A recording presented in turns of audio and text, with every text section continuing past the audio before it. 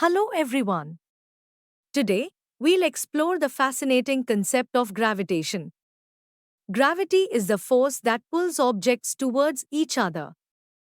But what exactly is this invisible force, and how does it work? Let's find out. Have you ever wondered why objects fall to the ground or why planets orbit the sun? The answer lies in the universal law of gravitation. The universal law of gravitation states that every object in the universe attracts every other object with a force that is proportional to the product of their masses and inversely proportional to the square of the distance between them. This force acts along the line joining the centers of the two objects. Now, let's dive deeper into the mathematics behind this fascinating law. Let's consider two objects, A and B, with masses m and m, separated by a distance d. The force of attraction between them, represented by F, can be calculated using the universal law of gravitation. F is equal to g(mm) upon d square. Here, g is the universal gravitational constant, which has a value of 6.673 times 10 to the power minus 11 nm square upon kg square. The universal law of gravitation successfully explains several phenomena that were once believed to be unconnected. It explains the force that binds us to the Earth, the motion of the Moon around the Earth, the motion of planets around the Sun, and even the tides caused by the Moon and the Sun. But what happens when an object falls freely under the influence of gravity?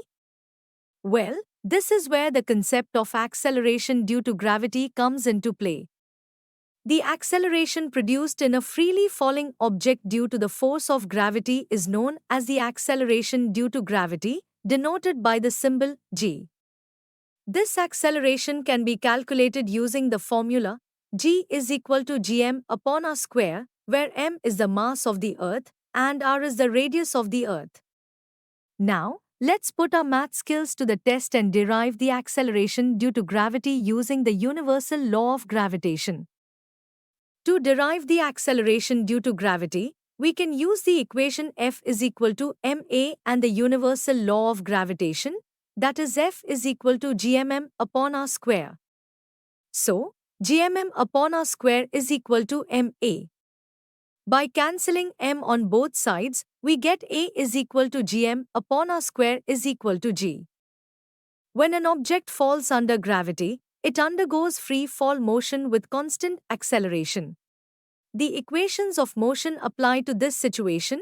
V is equal to u plus at, s is equal to ut plus a half at square, and v square is equal to u square plus 2as. For free fall, A is equal to g is equal to 9.8 meter per second square. When an object is dropped, its initial velocity, u, is 0, and the acceleration, a, is equal to plus g. When an object is projected upwards, the acceleration, a, is equal to g, and it reaches its maximum height when the velocity, v, becomes 0. Have you ever wondered why some objects feel heavier than others? The answer lies in the concept of mass. Mass is a measure of an object's inertia, representing the matter present in it. Mass remains the same everywhere in the universe and is measured in kilograms, kg. The force of attraction between the Earth and an object is called the weight of the object, represented by W is equal to m times g. Weight can change from one place to another or from one planet to another. Its unit is the Newton, N. The normal force acting on a surface due to the weight of an object placed on that surface is called thrust. Its unit is the Newton, N. Pressure is the force per unit area, and its unit is the Pascal, Pa. All liquids and gases are considered fluids because they can flow. The pressure exerted by a fluid is transmitted in all directions. The upward force exerted by a fluid on a body is known as upthrust or buoyancy. The magnitude of the buoyant force depends on the density of the fluid. Let's conduct a simple experiment to understand buoyancy better. Consider a wooden block, A, and two beakers, one filled with tap water, B1, and the other with salty water, B2. The buoyant force exerted in B2 is greater than in B1 because the density of the water in B2 is higher due to the dissolved salt. Have you ever wondered why some objects float while others sink? Whether an object floats, sinks, or remains partially submerged depends on the densities of the object and the fluid. If the density of the object is less than the fluid, it will float. If the density of the object is greater than the fluid, it will sink.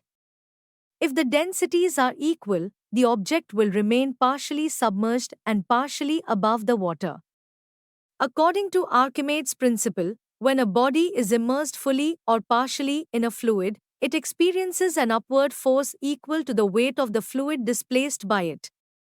But Archimedes' principle isn't just a theoretical concept, it has numerous practical applications in our daily lives, such as in the design of ships and submarines, in lactometers to determine the purity of milk, and in hydrometers to determine the density of liquids.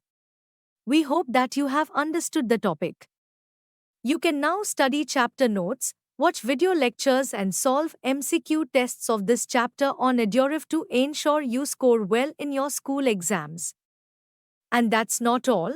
You also get amazing courses for maths, science, English, Hindi, and much more for class 9.